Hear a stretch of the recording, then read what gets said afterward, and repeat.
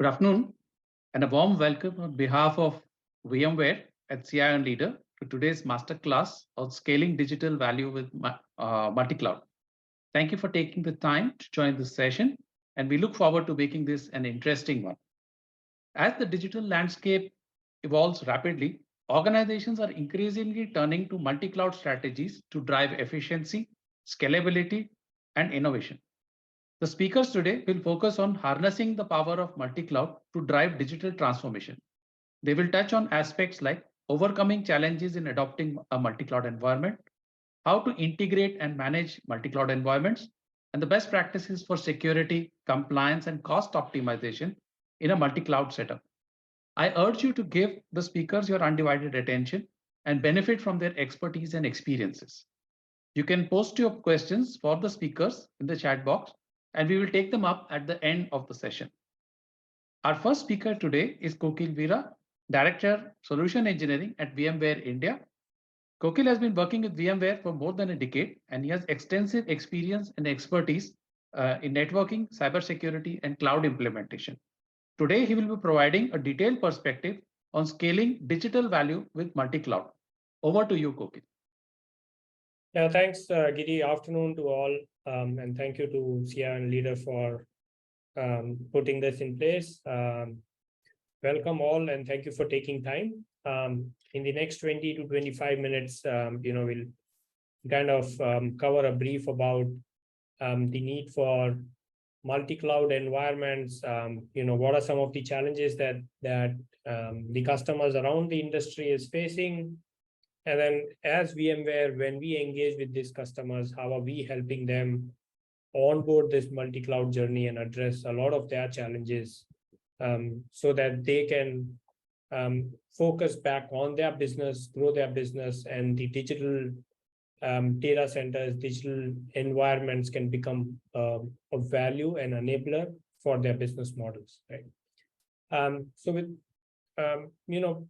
With that, let me just start in terms of understanding, what are some of the key objectives of the CEOs and CIOs today as we go across the industries, as we look back at some of our experts. They have come back to us, and these are again some of the reports that possibly have been evaluated.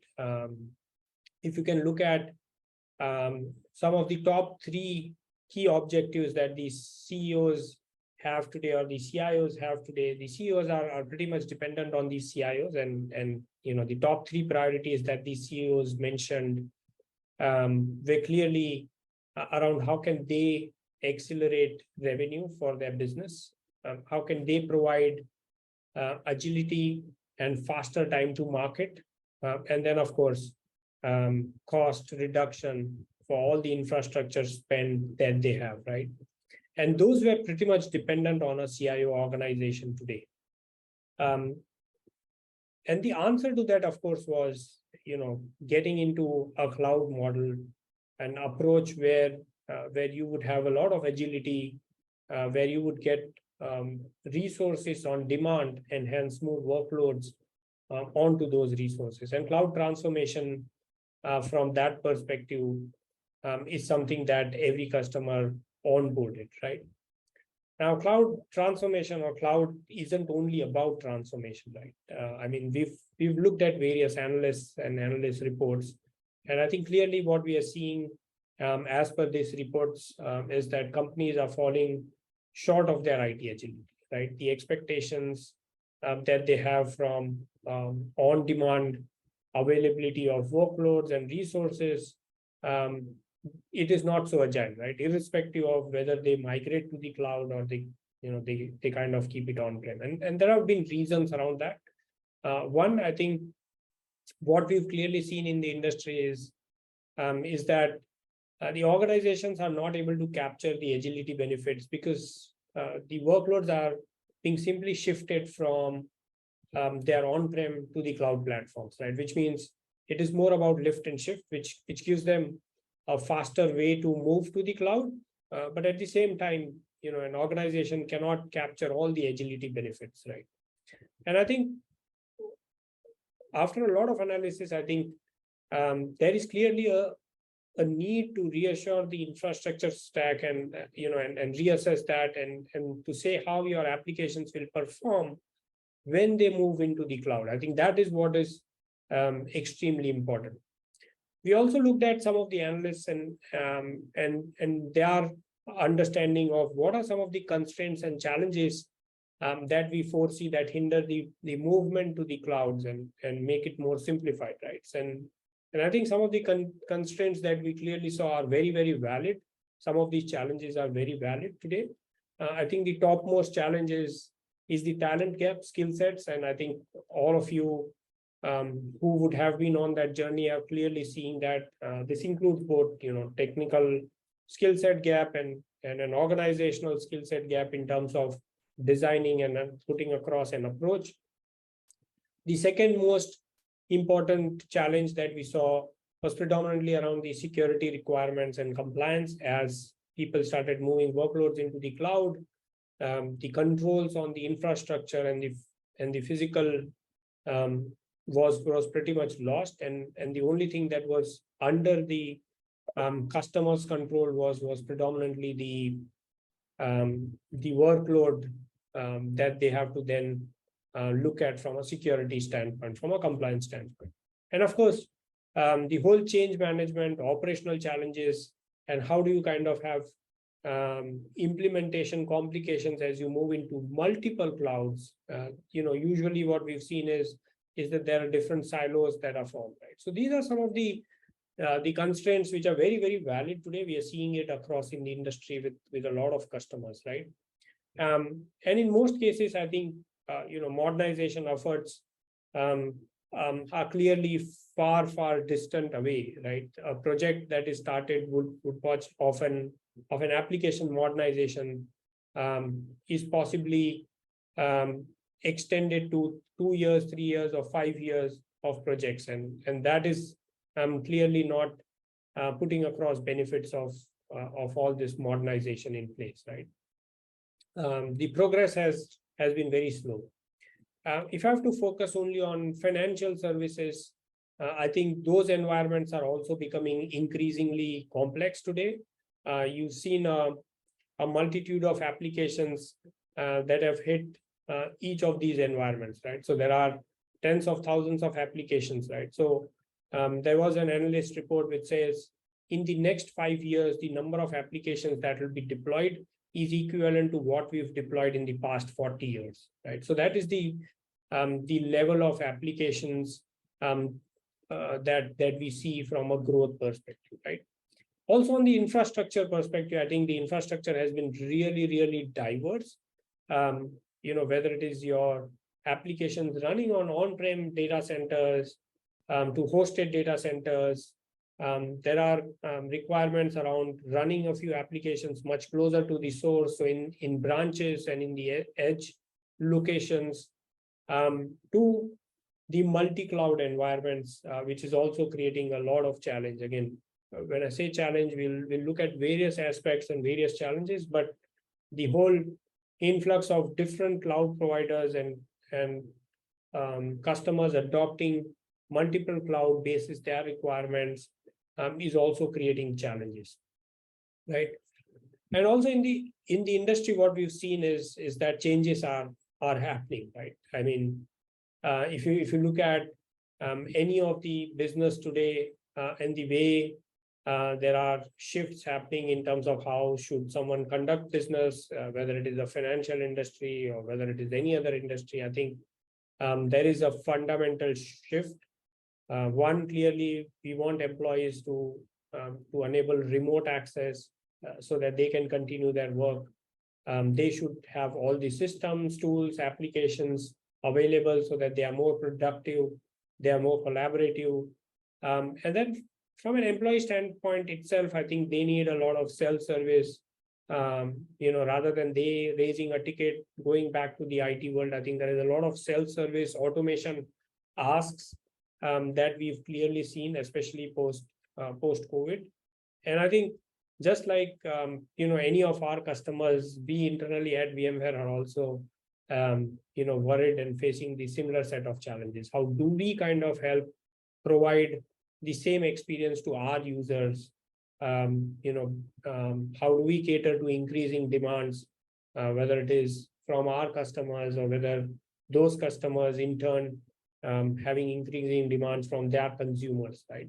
And how do we take advantage of the whole economic changes that are happening across in the whole infrastructure world, right? So definitely we're seeing a lot of changes that are happening fundamentally, and of course all of these changes clearly are affecting our security. So the security policies have to move at a much faster scale. There is a greater demand for in financial services. There's demand for online banking.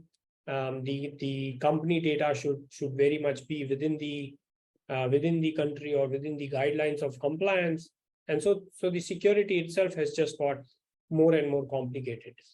Add to that, the whole world of multi-cloud. I think in reality, I think a lot of organizations are already there for some time. A lot of organizations have already adopted multi-cloud. And I think we are also seeing a lot of them adopting to a hybrid nature of cloud, right? So again, if you look at some of these surveys, clearly 93% of enterprises or organizations today have a multi-cloud strategy, right? It is very clear. Very few customers adopt to single private cloud or a single public cloud, but most of them would have a multi-cloud environment, right? Now, as we look into these multi-cloud environments, let me just change gears a bit. From a VMware perspective, as we engage with a lot of these organizations, with a lot of these enterprises, I think one of our aim has been to help customers build the agile infrastructure. How can they choose the cloud that suits their application?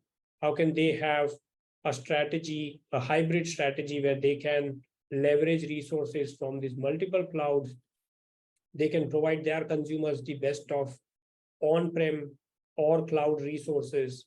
And how can they then make all of this operationally simple, automated, consumable from a self-service perspective, and of course, get on board onto the application transformation journey or app modernization journey from an application perspective, right? So let us look at some of those architectures from a VMware perspective. Our preferences to customers in terms of building this agile infrastructure, right? And we clearly today looking at enterprises to adopt a hybrid strategy, right? Which means you have workloads running on-prem, you have few workloads running in public clouds. How can you bring both of them together? Hybrid, which means customers want to stay on-prem and also move some of the applications on cloud. Can they have the same level of control for everything that their infrastructure needs, for everything their consumer demands? Can they have the equal control, right? And so the idea is, no matter, if you look at that x-axis, one end of x-axis is where customers would want everything on-prem. The other end is where, where they would want to leverage cloud, which means they can let go some control, right? What we are seeing though is that multiple options are available today. From a VMware perspective, we are providing a consistent stack so that you can leverage multiple cloud deployments across this different parts of access. It could be a private cloud versus a whole partner-enabled public cloud resources. They could be managed by customers themselves if they have the skills, or they could be offloaded to a VMware managed clouds. And today our partnerships are with multiple industry relevant enterprises or organizations, right? So you can see us building an ecosystem with a lot of these partners like who have been pioneers in networking, pioneers in security, pioneers in building public and managing public clouds. And then our partnerships with the hyperscalers, which is the AWS, the Azure, the Googles of the world, right? So all of that is today offered as a choice to our customer, right? So true hybridity, if you would say, which means customers are free to run their applications on-prem environments, their applications on public clouds, or at edge locations, as we see more and more of those coming in. We provide infrastructure as a service capabilities as customers move into these hybrid environments, that can help build self-service portals, that can help provide a lot of automation, a lot of governance, and that can also then extend the capabilities to build the cloud native app platform. We'll see more into these details as we progress. And finally, I think the other key tenet is where we would want the flexibility to be offered to our customers, right? Which means all of this either can be self-managed by our customers or can be outsourced to VMware cloud partners, VMware cloud vendors, and we've got a lot of those available are MSPs, our global service, global system integrators, our VMware cloud provider partners, or the OEMs themselves, right? So all of those choices are pretty much available. And then any optional services, value-added services that can run on top of that. Again, we've built an ecosystem. So if you need on-demand cloud storage, if there is a need for data management or end user services, all of that could be added on top of this infrastructure, right? Good. So I think we've spoken about market and organizational dynamics. I think now let's look at some of the key elements that help accelerate this cloud transformation, right?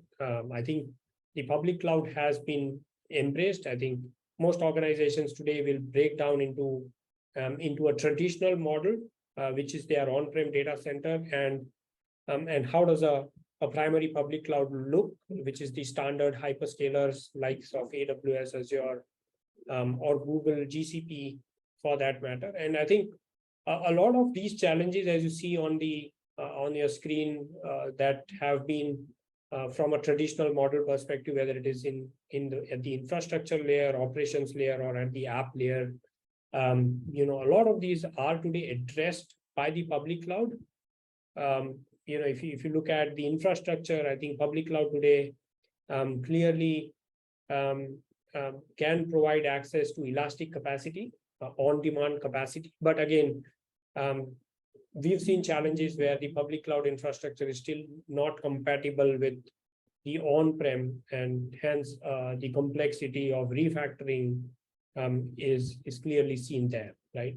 If you talk about operations today, an on-prem environment is very, very complex, very manual. We've got larger teams today to manage these on-prem environments.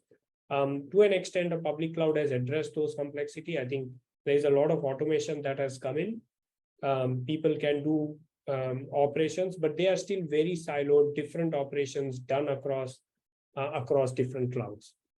And lastly, if you look at applications today, I think organizations clearly, public cloud has possibly addressed some of these slow and lumpy nature of application development.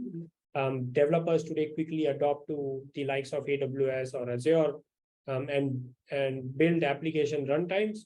But I would still say the siloed nature of those clouds continue, and hence that is also a challenge. And so our proposal to most of the organizations, or rather large organizations, has been very, very clear to look at VMware Cloud. Again, if you look at it from an infrastructure perspective, we're helping customers modernize the infrastructure and leverage the resources from any of our cloud provider partners, right? It could be our partner clouds, it could be our ecosystem partnership with AWS Cloud or Azure Cloud or IBM Cloud. So what we are saying is all of this infrastructure is very compatible with your private cloud, which means you can move resources to and fro between these clouds. They run the exact same stack across these environments.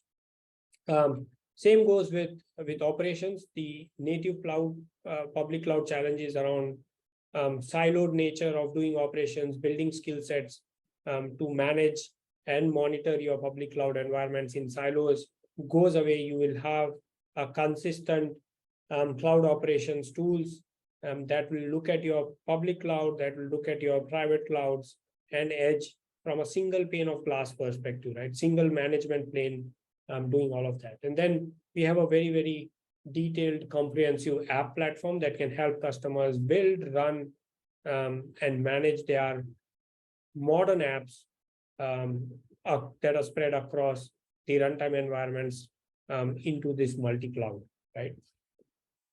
And this sort of solves some of the challenges that we saw. There are things where we can help solve the talent gaps because it is the same consistent platform. We can help solve the security and the change management issues that the environment see today because of the consistent platform. And so let's just dig a bit deep into the 3 dimensions of this transformation, right? It is all about infrastructure modernization, the stack that you see right at the bottom, that consists of various partnerships that we have today, running VMware Cloud on various hyperscalers, or they are very much partner managed environments, as you see on the extreme right, or customers themselves can have their own environments, which is predominantly their private clouds, but can leverage technologies from some of our key partners. The second dimension to that is the operations modernization, the middle layer that you see. What we've done is virtualize the compute, storage, and networking, and the whole software-defined stack is very, very consistent across multi-cloud providers, across multi-cloud environments. And then we've added a layer on top of this to provide automation, self-service capabilities into operations, right? And then the third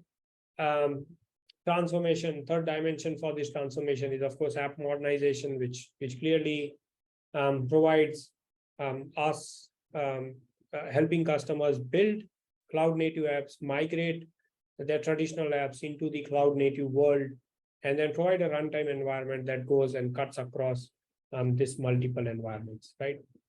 So these are some of the unique advantages that we've clearly seen with our customers. We kind of provide support for 20 plus infrastructure and support services today. We've brought down migration from months to days, actually. And then what we are clearly articulating and helping our customers is to build savings. And our reports clearly suggest there could be about 30% savings versus running those applications on a traditional public cloud, right? So complete agile infrastructure, and you will get all of these benefits around automation and cost savings.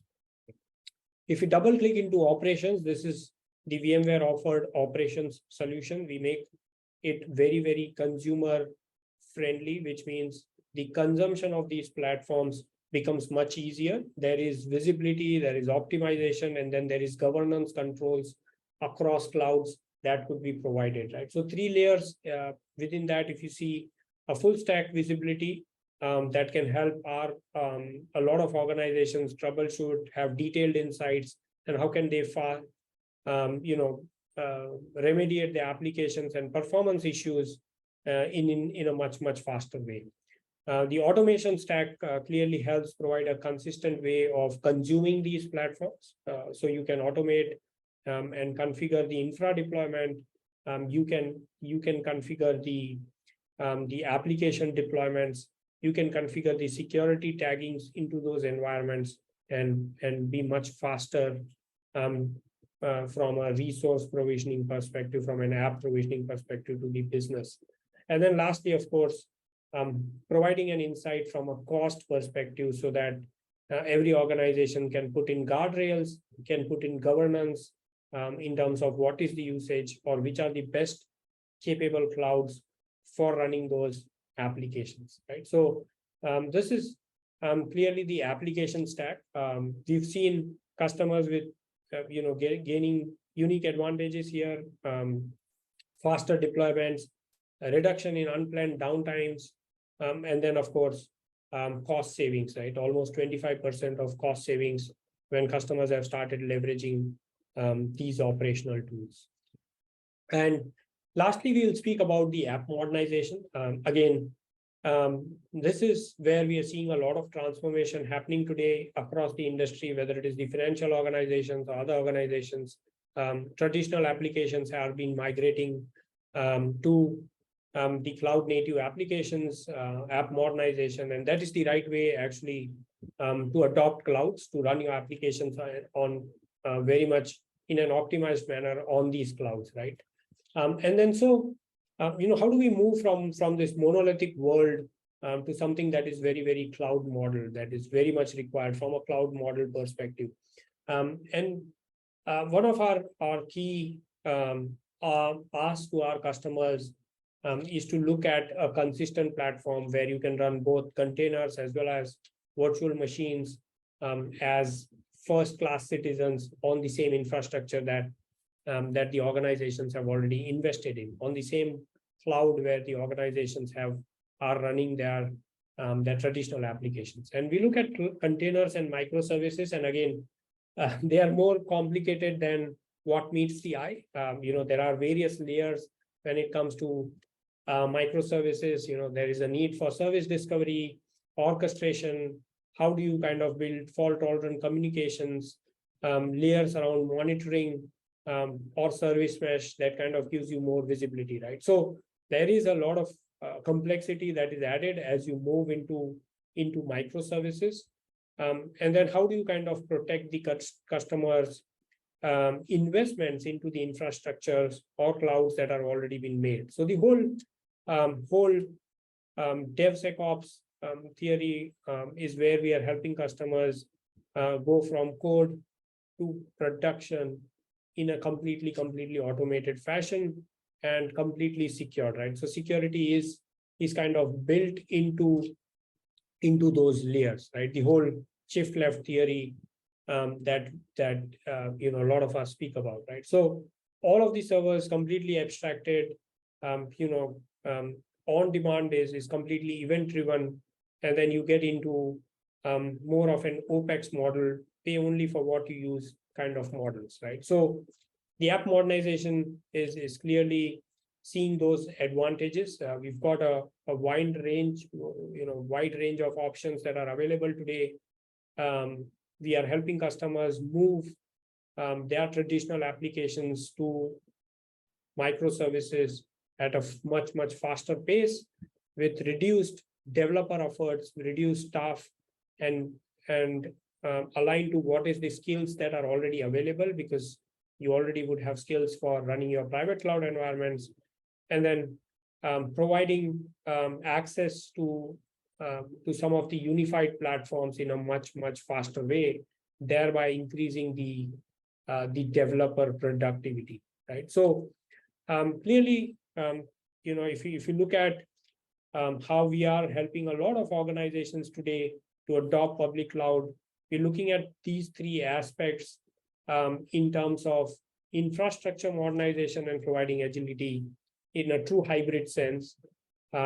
Operations, we are making it much more simplified, easy to consume, self-service capabilities and automation. And then lastly, of course, the whole application transformation journey, we're making it much easier so that the developers, the organizations can pretty much leverage the same tools.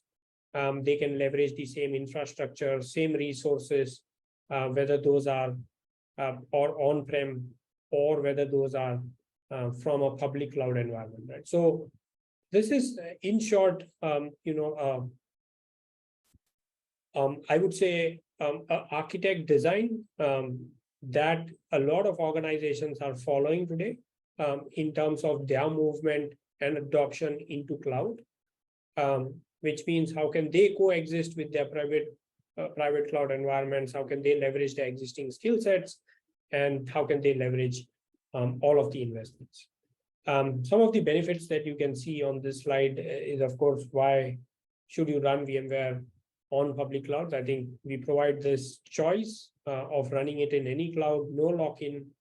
We provide extensive controls from a security standpoint, governance standpoint, cost standpoint, and then, of course, the whole app modernization journey, where we are helping customers accelerate their journey, transform the applications in a much faster way, and the whole consistent way of how do you kind of manage and provide insights into what's happening across all these clouds, right?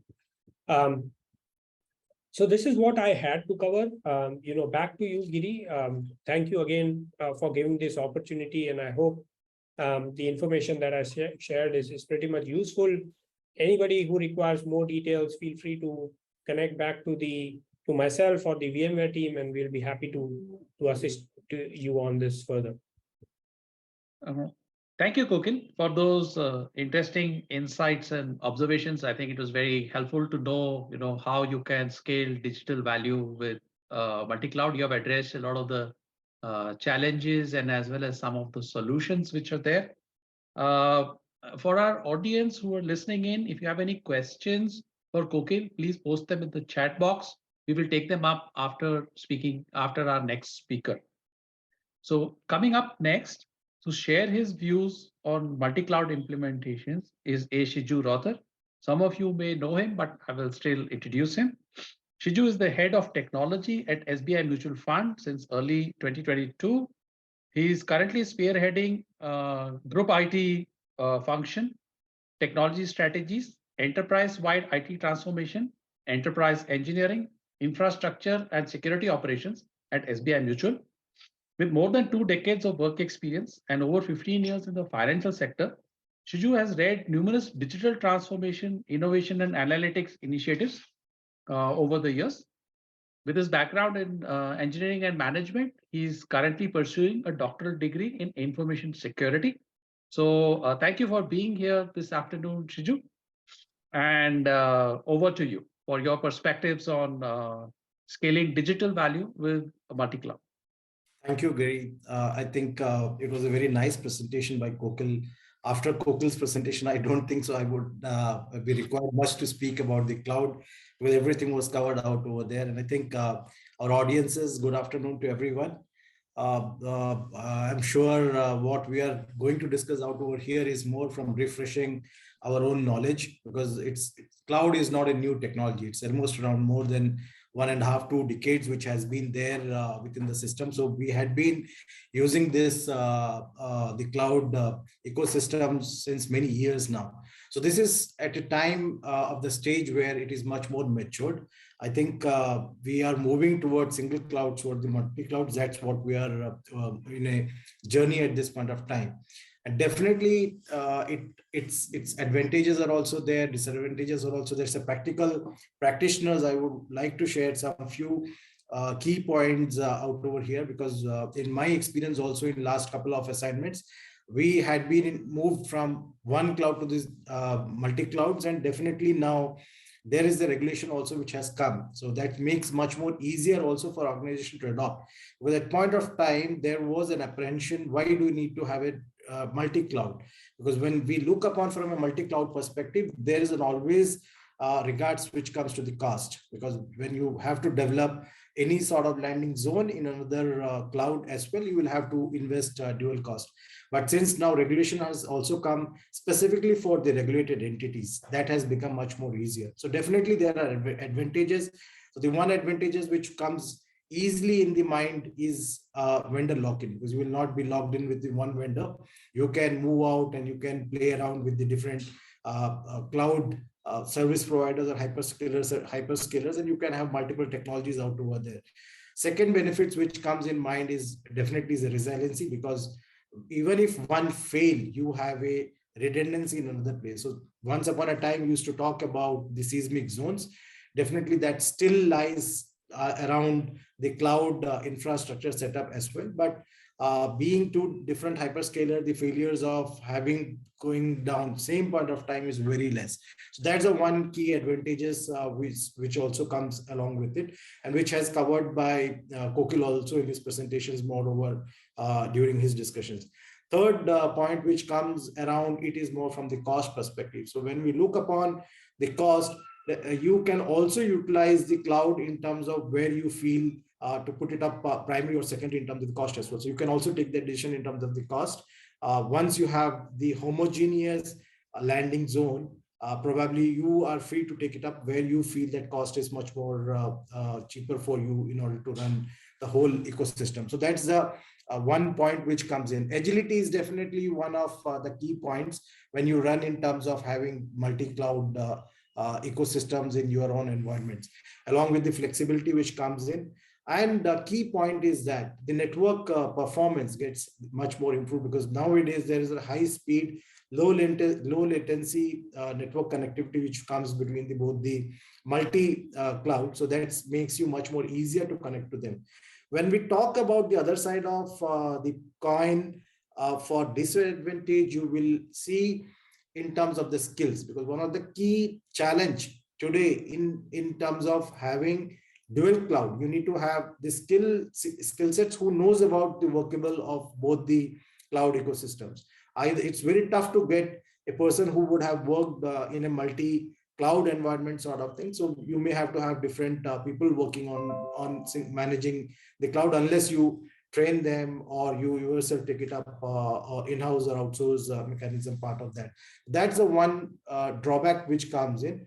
Complexities comes in at times because the services which you want to host out in one of the cloud, probably you may not be able to run onto the another cloud. Say for example, the database, a few of the database, I'm not naming the databases, but few of the database you won't be able to run as a rack services in one of the hyperscaler at this point of time. So probably that may become a limitations for you, where you can run in other cloud service provider. So that may also become the challenge to you. So there are disadvantages, but if you list down the laundry list for advantages, you will find much more economical, much more beneficial, much more in terms of robust, and probably it's much more availability perspective is it's much advantageous to run in the multi-cloud. Along with the automations, it becomes much more easy also to manage the multi ecosystems. So, and scalability definitely it is there. So back to you, Giri. That's the quick roadmap for the multi-cloud. What do you wanted to set it up? You are on mute. Giri, you are on mute. Thank you. Sorry. Yeah, thank you, Siju, for some very practical observations about the multi-cloud and some of the issues that I mean, Gio, you have sort of pointed out both the pros and the cons of multi-cloud. One of the questions that comes up from people is, what are the sort of real challenges you have while, say, administering or managing these multi-cloud environments? And how are you handling that? So initially, you mentioned talent is one, but is that the only thing? Definitely talent is one of the challenge out over here. But now I think moreover, this also had got resolved, because there are orchestration tools which sits in between both the multi-clouds, and it help you to manage in a single glass of pane. So that's one of the key things which has come in last couple of years, and that has helped us, the customers like us, in terms of managing different hybrid clouds. And I'm sure many of us knowingly and unknowingly will be using multi-clouds in a different forms and formats. Probably it could be not on a direct hosting, but in terms of SaaS-based solutions as well. So the orchestration tools helps you to manage the single glass of pane, and you can do seamlessly. So you will never come to know even which cloud you are working on to. And Kokil also presented one of the layer during his presentations, and similarly, definitely the Kokil the presented solution is one of the robust and best solutions, but there are multiple solutions available in the market where you can use the single pane of glass. Kokil, if you would like to offer some observations about managing multi-cloud environments, I think that's a concern for people. Sure.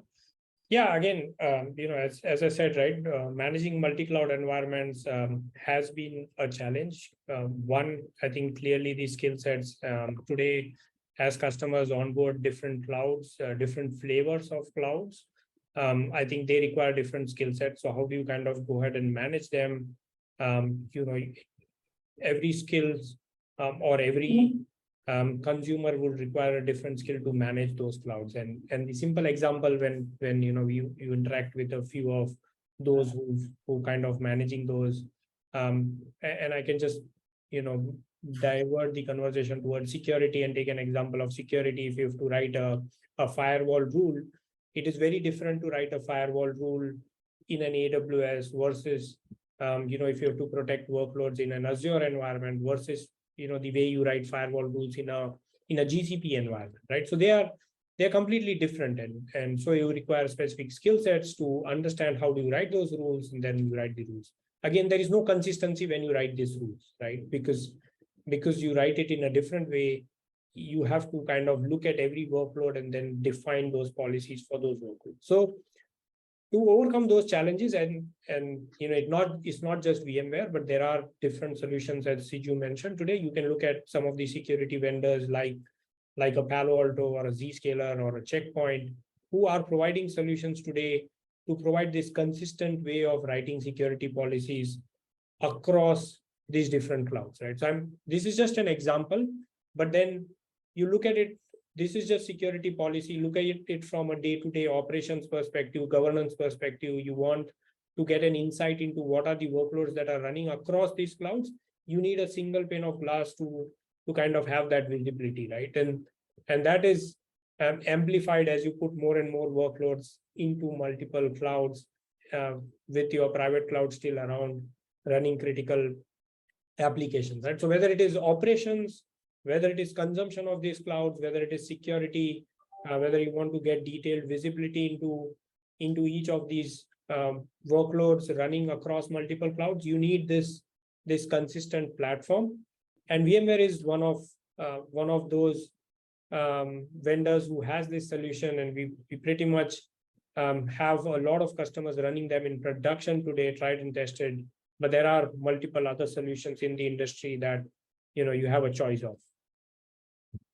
Thank you, Kokil. So another question, particularly for people, we have a lot of people in the audience who are from the banking and financial services space, and so I want to ask this to Shiju. How do you ensure that the cloud infrastructure that you are using is, remains compliant, both to regulatory as well as organizational policy? So how do you ensure this? What do you do?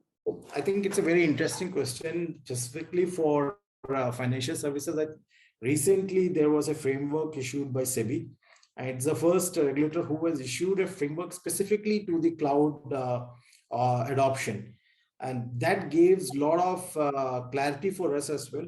How do we operate, what we can do, what we cannot do. So one good part which was mentioned very clearly to the regulated entity was not to go out of India. So every cloud has to be, or every data has to be hosted within. So that gives a geography to play around. So where you can host up. And second was, the good part was that till a couple of years back, every financial entity has a dilemma that whether they can go into cloud or no. And every time when someone wanted to approach to the cloud, always the apprehension was that whether regulators will allow or not. So the framework has definitely helped us to take a decision on a very cautious move with very known sort of fact what we are going to do and what we are not going to do. In fact, I'm not sure with the audiences how many of them belong to the financial services. If they would have read the framework, there had been a lot of nitty-gritties which has been written about what to do, how to do, and how to report back to the regulators as well. So I think that sort of framework always help any time for the entities like us to adhere the guidelines and compliant with the regulations and the governance. It covered almost each and every part. How do you access to the cloud? Who can from your side can access? What sort of access has to be there? How do you build it up, the landing zone? What sort of landing zone, how does it should look like, how frequent you should do your VAs out over there, how frequent you should do your PTs out over there, and how frequent you should report it back to the regulators as well. So those sort of every nitty-gritties are being listed down, which helps us to follow and be regulated with the compliance. Thank you, Shiju. So, Kokil, I'd like to have your comment. So, now that Shiju has mentioned that there is a framework, so how is VMware then helping people, to better comply with, whatever are the prescriptions and the mandates laid down in that framework? Have you built something in terms of tools, practices, Yeah, again, yeah, correct. And again, there are a lot of guidelines, and as Siju mentioned, I think India, as a region, I think there is a lot of stuff that is being put across from a framework perspective. I think, as you mentioned, SEBI just released for a financial organization. I've been working with some of the government organizations who are also looking at guidelines on data and how should we handle data, how should data be handled by these various hyperscalers. So all of that is something that is work in progress and eventually be rolled out, I think, to a lot of organizations across the industries. So those governance are in place. From a VMware perspective, if you look at, we've kind of extended a lot of tools that help customers pretty much put across these governance models in place. There are guardrails that our solutions will help customers put across. So there could be a predefined policy that the customers would have within their organization. They can attach those policies as part of their governance models, and all of the deployments, utilizations will happen basis those governance models. There are frameworks that are also adhering to open standards. If there are standards that the customer has to maintain, like PCI DSS in financial industry, those standard frameworks are available as part of the tools, and customers have to just run those in their environments to see what are the deviation levels from those tools. We've got tools and some of the acquisitions that we made, just to name one, I think our very recent acquisition was of SaltStack. SaltStack has a fantastic model when you want to put across, this level of governance. Yeah, thanks, Kokil. So there is a question here from Umang Sharma, and he says, policy put organizations back onto their standard policies if there are deviations.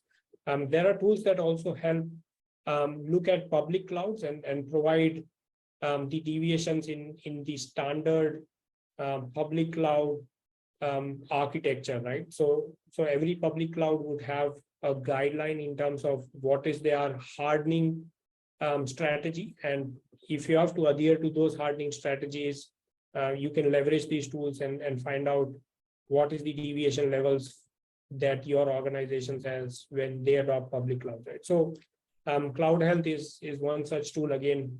So multiple tools from VMware today that can help customers go ahead and put these guidelines or guardrails in place, and they can adhere to the framework that either are defined by those organizations, so custom defined frameworks, or those are standard frameworks that I just mentioned, like PCI DSS. Thanks, Kokil, for explaining how some of the tools that you are providing allow you to better enforce and implement some of these guidelines, and they even provide some kind of checks, as well as you're providing some standardized templates, so you are able to do it. There's a question from Umang Sharma, and probably both it could be answered by Shiju as well in part, as well as the Kokil.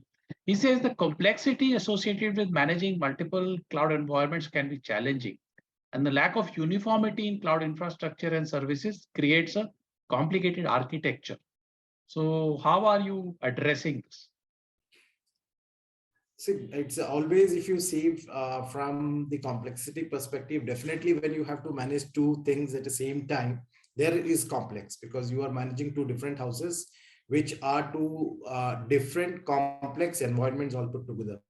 but you will have to put down the uniformity in terms of your own architecture landing zones, wherein first of all you will build up a homogeneous security infrastructure out over there, and then probably you will have to put it up all your templates, which is say, in fact, say for probably if you want to build it up completely on automation basis, your infrastructure code has to be similar.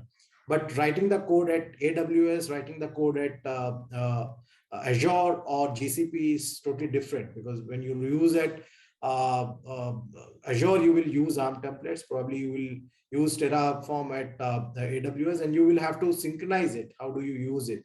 Templates has to be there, because unless you do the templatizations, you will not be able to do the automations out over there. And that makes much more easier. But the skill sets plays a vital role out over there, because bridging the complexities all put together, there has to be a smart skill sets who will work together to manage it. End of the day, the idea is to move from single failure to dividing into the two different geographies, and you may have to overcome these challenges as well. And the complexities can only be overcome with the automations. So automations can be brought in more out over there, so that it can be touch and go, and it can just be in a single touch plane. Thanks, Shiju. Kokil, there's a question which for you, which says, do you feel that a service integration layer is required to manage the complexity of managing multi-cloud ecosystems? Yeah, service. I mean, the service insertion layer is required in a few cases when you want to kind of integrate multiple solutions that are from different vendors, and you want to kind of stitch it in a way where it, you want the complete automation across these different services, right? So that layer may be required.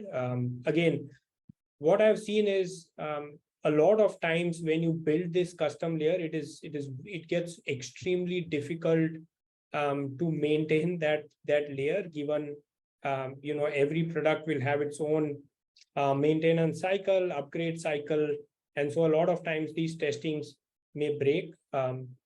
With containers and microservices, this layer is becoming slightly easier as there are standard APIs or standard calls that are being made, which is standardized across all of these products. But when you have to integrate services that are not natively offered by a lot of these cloud providers, the service insertion layer becomes extremely beneficial and is required a lot of times. That is what we've seen in larger organizations as they move from legacy usage or traditional usage of applications to more modernized applications.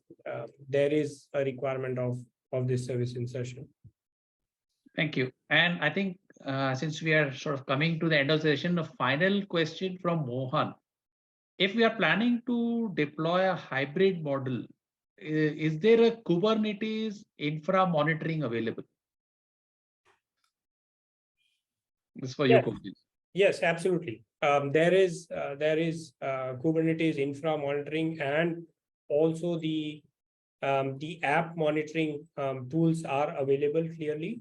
One of the good things that VMware has to offer from an infra monitoring perspective, we have the same tool that monitors infrastructure for virtual machines. It can also monitor infrastructure for containers. Kubernetes, because it will have a runtime on the same environment. And that is one of the biggest advantages that we have. The monitoring tool can be extended to native hyperscalers, so which means if you're running containers on top of an AWS, Azure, or Google or Oracle environments, the same monitoring tool can be extended. And to go one step further, there are observability solutions. We call it as Tanzu observability. That can go ahead and help provide monitoring at the app layer, right? So if you want to get detailed understanding about your sessions, about what's going on within your app, various parameters within the app database, all of that can be monitored using the Tanzu observability stack. Thank you, Kokil. I think we have sort of come to the end of the time allocated for this session. And so I would like to, thank both the speakers for sharing their knowledge on this subject of, scaling digital value with multi-cloud. It was really very interesting and, informative session. And I hope, all those people everyone who joined us today found this one very useful and insightful. And before we bring this session to a close, may I request everybody who's attending this session to please take a few minutes to provide your feedback. The link has been posted in the chat box, so please share your feedback. And I thank you once again for being here today, for your very active participation in this session. And we thanks once again to both our speakers. And we look forward to bringing you more such sessions and to remaining in touch and hosting you for another event. So thank you and goodbye for now from CIO&Leader and VMware. Have a great evening. Thank you. Thank you, Giri. Thank you, everyone. Thank you for Thank you. patiently. Thank you. Thank you all. Thanks.